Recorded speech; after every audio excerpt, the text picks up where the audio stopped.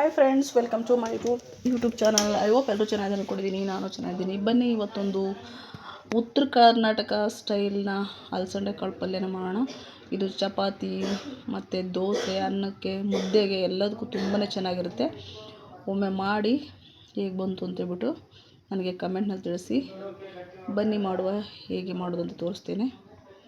ನಾನು 1.5 ಲೋಟ ಅಂದರೆ 1/4 kg ಅಲಸಂಡೆ ಕಾಳನ್ನ ತೊಗೊಂಡು ಚೆನ್ನಾಗಿ ವಾಶ್ ಮಾಡಿ ಈ ಥರ ನೀರನ್ನ ಹಾಕ್ಕೊಂಡಿದ್ದೀನಿ. 1 ಲೀಟ್ರ್ ನೀರು, ಉಪ್ಪನ್ನ ಹಾಕ್ಕೊಂಡು ಒಂದು 3 ವಿಸಲ್ನ ಬರ್ಸ್ಕೊಳ್ತೀನಿ. ತುಂಬ ಸಾಫ್ಟ್ ಆಗಬೇಕು ಅಂತಂದರೆ ನೀವು ಒಂದು 4-5 ವಿಸಲ್ನ ನೀವು ಬೇಕಾದರೆ ಬರ್ಸ್ಕೊಳ್ಬೋದು. ಸೊ ಇವಾಗ ನಾನು ಬೇಯಿಸಿದ್ದೀನಿ. ಇವಾಗ ತೆಗಿಯೋಣ. ನೋಡಿ, ವಾವ್, ಎಷ್ಟು ಚೆನ್ನಾಗಿ ಬಂದಿದೆ ನೋಡಿ. ಈ ರೀತಿ ಬೇಯಿಸ್ಕೊಂಡು ನೋಡಿ, ಈ ಥರ ನೋಡ್ತಿರ್ಬೋದು ನೀವು, ಸಾಫ್ಟಾಗಿ ಆಗಿದೆ. ನಾನು ತಿರುಗಿಸ್ತಾ ಇದ್ದರೆ ಅದು ಒಡೆದೋಗ್ತಾಯಿದೆ ನೋಡಿ. ಈ ಥರ ಒಂದು ಕಾಳನ್ನ ನೋಡಿದ್ರೆ ನಿಮಗೆ ಗೊತ್ತಾಗುತ್ತೆ, ಸಾಫ್ಟಾಗಿರುತ್ತೆ. ಸೊ ಈ ಟೈಮ್ನಲ್ಲಿ ಇದನ್ನು ಸೈಡಲ್ಲಿ ಎತ್ತಿಟ್ಕೊಂಡು ಹೇಗೆ ಮಾಡೋದು ಅಂತ ತೋರಿಸ್ತೀನಿ. ಒಂದು ಬಾಂಡೆನ ಕಾಯಲಿಕ್ಕೆ ಇಟ್ಕೊಂಡಿದ್ದೆ ನಾನು. ದಪ್ಪ ತಳದ ಪಾತ್ರೆನ ಇಟ್ಕೊಳ್ಳಿ. ಸೊ ಇದಕ್ಕೊಂದು 2-3 ಚಮಚ ಸನ್ಫ್ಲವರ್ ಆಯಿಲ್ನ ನಾನು ಯೂಸ್ ಮಾಡ್ತೀನಿ ನಮ್ಮ ಮನೆಯಲ್ಲಿ. ಇದು ಎಣ್ಣೆ ಕಾಯಲಿ. ಕಾದ ನಂತರ ಸಾಸಿವೆ 1 ಸ್ಪೂನು, ಒಂದು ಅರ್ಧ ಸ್ಪೂನು ಜೀರಿಗೆ. ಸಾಸಿವೆ ಒಂದು ಅರ್ಧ ಸ್ಪೂನ್ ಹಾಕ್ಕೊಳ್ತಾಯಿದ್ದೀನಿ. ಜೀರಿಗೆ ಒಂದು ಅರ್ಧ ಚಮಚ. ಇಷ್ಟನ್ನು ಹಾಕ್ಕೊಂಡು ಚೆನ್ನಾಗಿ ಅದು ಚಿಟಪಟ ಅಂತ ಸಿಡಿಬೇಕು ಫ್ರೆಂಡ್ಸ್. ಓಕೆ, ಒಬ್ಬೊಬ್ಬರಿಗೆ ಏನಪ್ಪ ಇದು ಗೊತ್ತಿಲ್ವಾ ಹೇಳ್ತಾಯಿದ್ದಾರೆ ಅಂದ್ಕೋಬೇಡಿ. ಒಬ್ಬರಿಗೆ ಖಂಡಿತ ಗೊತ್ತಿರಲ್ಲ. ಸುಮ್ಮನೆ ಡೈರೆಕ್ಟ್ ಅದನ್ನು ಹಾಕಿದ ತಕ್ಷಣ ಹಾಕ್ಬಿಡ್ತಾರೆ ಬೇರೆದೆಲ್ಲ. ಇವಾಗ ಹಸಿಮೆಣಸಿನ್ಕಾಯಿ ಸ್ವಲ್ಪ ಸ್ಪೈಸಿ ಆಗಿರಲಿ ಅಂತ ಒಂದು 5-6 ಹಸಿಮೆಣಸಿನ್ಕಾಯಿನ ಉದ್ದ ಸೀಳ್ಕೊಂಡು ಹಾಕ್ಕೊಳ್ತಿದ್ದೀನಿ. ಇವಾಗ ಎಣ್ಣೆನಲ್ಲಿ ಚೆನ್ನಾಗಿ ಸ್ವಲ್ಪ ಫ್ರೈನ ಮಾಡ್ಕೊಳ್ಳೋಣ. ಸೂಪರಾಗಿರುತ್ತೆ.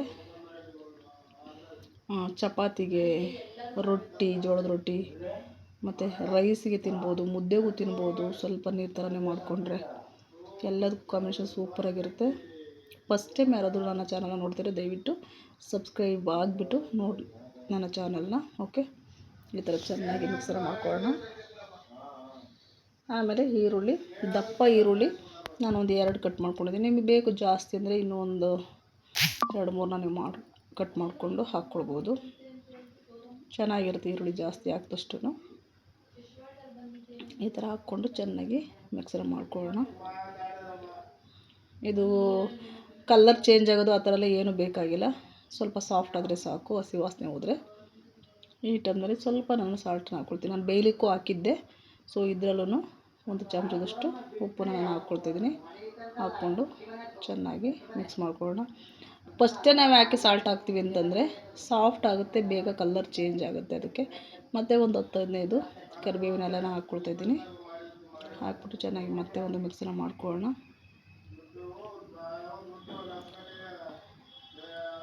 ಇದುವರೆಗೂ ಎಲ್ಲರಿಗೂ ಸಪೋರ್ಟ್ ಮಾಡಿರೋಂಥ ಎಲ್ಲರಿಗೂ ನನ್ನ ತುಂಬ ಹೃದಯದ ಧನ್ಯವಾದಗಳು ಹೇಳ್ತೇನೆ. ಹಾಗೆ ನಾಟಿ ಟೊಮೊಟೊ ತೊಗೊಂಡಿದ್ದೀನಿ. ಆ್ಯಕ್ಚುಲಿ ನಮ್ಮ ಮನೇಲಿ ನಾನು ನಾಟಿ ಟೊಮೊಟೊನ ಯೂಸ್ ಮಾಡೋದು. ಚಿಕ್ಕ ಟೊಮೊಟೊಗಳಿದು ಒಂದು 5-6 ನಾಟಿ ಟೊಮೊಟೊನ ಚಿಕ್ಕದಾಗಿ ಕಟ್ ಮಾಡ್ಕೊಂಡಿದ್ದೀನಿ. ಸೊ ಇದನ್ನು ಇವಾಗ ಹಾಕ್ಬಿಟ್ಟು ಚೆನ್ನಾಗಿ ಮಿಕ್ಸನ್ನ ಮಾಡ್ಕೊಳ್ಳೋಣ.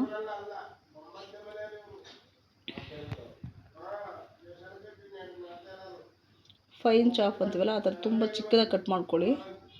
ಇದು ಸಾಫ್ಟಾಗಿ ಸ್ಮ್ಯಾಶ್ ಆಗೋವರೆಗೂ ನಾವು ಮಿಕ್ಸನ್ನ ಮಾಡ್ಕೊಳ್ಬೇಕಾಗುತ್ತೆ. ಬಟ್ ನಾಟಿ ಟೊಮೊಟೊ ಇಷ್ಟ ಇಲ್ಲ ಅಂದರೂ ನೀವು ಬೇಕಾದ್ರೆ ಫಾರಮ್ ಟೊಮೊಟೊನ ಹಾಕ್ಕೊಂಡು ಸ್ವಲ್ಪ ಹುಣಸೆ ಹುಳಿನ ಜೊತೆಗೆ ನೀವು ಹಾಕ್ಕೊಳ್ಬೋದು. ಆ ರೀತಿಯೂ ಮಾಡ್ಬೋದು. ನಾನು ಸ್ವಲ್ಪ ಗರಂ ಮಸಾಲ ಹಾಕ್ಕೊಳ್ತೀನಿ, ಒಂದು 1/4 ಚಮಚದಷ್ಟು. ಜಾಸ್ತಿ ಗರಂ ಮಸಾಲ ಹಾಕೋಕೆ ಹೋಗಬೇಡಿ, ತುಂಬ ಅದ್ರ ವಾಸನೆ ಬರುತ್ತೆ. ಸೊ ತಿನ್ನಲಿಕ್ಕಾಗಲ್ಲ, ಕಹಿ ಬಂದುಬಿಡುತ್ತೆ. ಒಂದು 1/4 ಚಮಚ ಅರಿಶಿನ ಪುಡಿ, ಇದು ಮನೆಯಲ್ಲೇ ಮಾಡಿರೋವಂಥದ್ದು.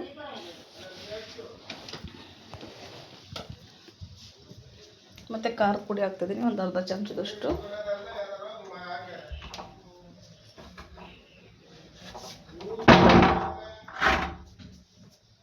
ಹಾಕ್ಬಿಟ್ಟು ಚೆನ್ನಾಗಿ ಮಿಕ್ಸನ್ನ ಮಾಡ್ಕೊಳ್ಳೋಣ. ಇಲ್ಲ ನಮಗೆ ಖಾರದ ಪುಡಿ ಬೇಡ ಅಂದರೆ ಹಸಿಮೆಣ್ಸಿಕಾಯಿನ ನೀವು ಸ್ವಲ್ಪ ಜಾಸ್ತಿ ಬೇಕಾದರೂ ಹಾಕ್ಕೊಳ್ಬೋದು. ಇಲ್ಲ ಹಸಿಮೆಣ್ಸಿಕಾಯಿ ಬೇಡ ಅಂದರೆ ಖಾರದ ಪುಡಿನ ಜಾಸ್ತಿ ಹಾಕ್ಕೊಳ್ಬೋದು. ಇವಾಗ ನಾನು ಬೇಯಿಸಿಟ್ಕೊಂಡಿರೋಂಥ ಅಲಸಂಡೆ ಕಾಳನ್ನು ಇದರಲ್ಲಿ ಹಾಕ್ಕೊಳ್ತೀನಿ. ನೀರು ಸಮೇತ ನಾನು ಹಾಕ್ಕೊಳ್ತಾಯಿದ್ದೀನಿ. ಎಕ್ಸ್ಟ್ರಾ ಇನ್ನೂ ನೀರು ಸ್ವಲ್ಪ ಬೇಕು ಅಂದರೆ ನೀವು ಎಕ್ಸ್ಟ್ರಾ ನೀರನ್ನು ನೀವು ಹಾಕ್ಕೊಳ್ಬೋದು. ನಾನು ಎಕ್ಸ್ಟ್ರಾ ನೀರನ್ನ ಹಾಕ್ಕೊಳ್ತಾಯಿದ್ದೀನಿ. ಅದು ಬೆಂದು ಸ್ವಲ್ಪನೇ ನೀರಿತ್ತು ಅದರಲ್ಲಿ. ಸೊ ನಾನಿನ್ನೊಂದು 1/4 ಚಮಚನಷ್ಟು ಅಂದರೆ 1/4 ಲೀಟ್ರಷ್ಟು ನೀರನ್ನ ನಾನು ಹಾಕ್ಕೊಳ್ತಾಯಿದ್ದೀನಿ. ಹಾಕ್ಬಿಟ್ಟು ಚೆನ್ನಾಗಿ ಒಂದು ಮಿಕ್ಸನ್ನ ಮಾಡ್ಕೊಳ್ಳೋಣ. ಇದು ಇವಾಗ ನೀರು ಥರ ಇರುತ್ತೆ ಫ್ರೆಂಡ್ಸ್. ಓಕೆ, ಇದಕ್ಕೊಂದು ಟಿಪ್ಸು ಅಂತಲೇ ಹೇಳ್ಬೋದು. ಅದೇನು ಮಾಡೋದು ಅಂತ ನಾನು ತೋರಿಸ್ತೇನೆ. ಇದು ಗಟ್ಟಿ ಬರಬೇಕು ಅಂತ ಹೇಳಿದ್ರೆ ಈಗ ಉಪ್ಪು ಖಾರ ಎಲ್ಲ ಚೆಕ್ ಮಾಡ್ಕೊಳ್ಳಿ, ಎಲ್ಲ ಕರೆಕ್ಟಾಗಿದೆಯಾ ಅಂತ. ಖಾರ ಉಪ್ಪು ಕಡಿಮೆ ಇದ್ದರೆ ಬೇಕಾದರೆ ಮತ್ತೆ ಹಾಕ್ಕೊಳ್ಬೋದು.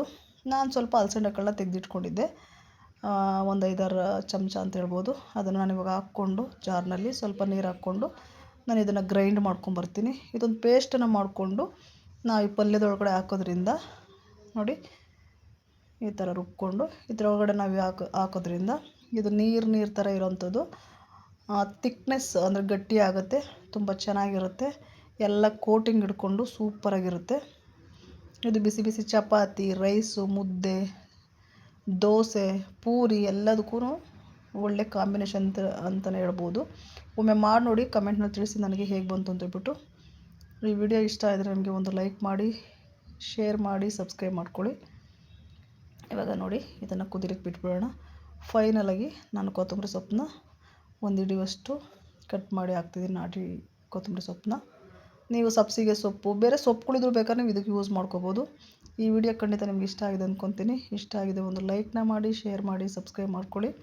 ಹಾಗೆ ನಾನು ಫ್ರೆಶ್ ಕೋಕೋನಟ್ಟು ತೆಂಗಿನಕಾಯಿ ತುರಿ ಅದನ್ನು ಒಂದು ಅರ್ಧ ಹೋಳನಷ್ಟು ಹಾಕ್ತಾಯಿದ್ದೀನಿ. ಸಖತ್ತಾಗಿರುತ್ತೆ. ಈ ರೀತಿ ಖಂಡಿತ ಮಾಡಿ ನೋಡಿ, ನಿಮಗೆ ಇಷ್ಟ ಆಗಿದೆ ಅಂದ್ಕೊಂಡಿದ್ದೀನಿ. ಮತ್ತು ನೆಕ್ಸ್ಟ್ ವಿಡಿಯೋದಲ್ಲಿ ಸಿಗೋಣ. ನಿಮಗೇನಾದರೂ ಯಾವುದಾದ್ರೂ ರೆಸಿಪಿ ಬೇಕಿದ್ದರೆ ನನಗೆ ಕಮೆಂಟ್ನಲ್ಲಿ ತಿಳಿಸಿ, ನಾನು ಮಾಡಿ ಖಂಡಿತ ನಾನು ಅಪ್ಲೋಡ್ ಮಾಡ್ತೇನೆ. ನೋಡಿ ಈ ರೀತಿ ಕುದಿಸಿ ಇನ್ನು ಸ್ವಲ್ಪ ತೆಂಗಿನ ತುರಿನ ಹಾಕ್ಕೊಳ್ತಾಯಿದ್ದೀನಿ. ಒಂದು ಅರ್ಧ ಹೋಳು ಹಾಕ್ಕೊಳ್ಳಿ.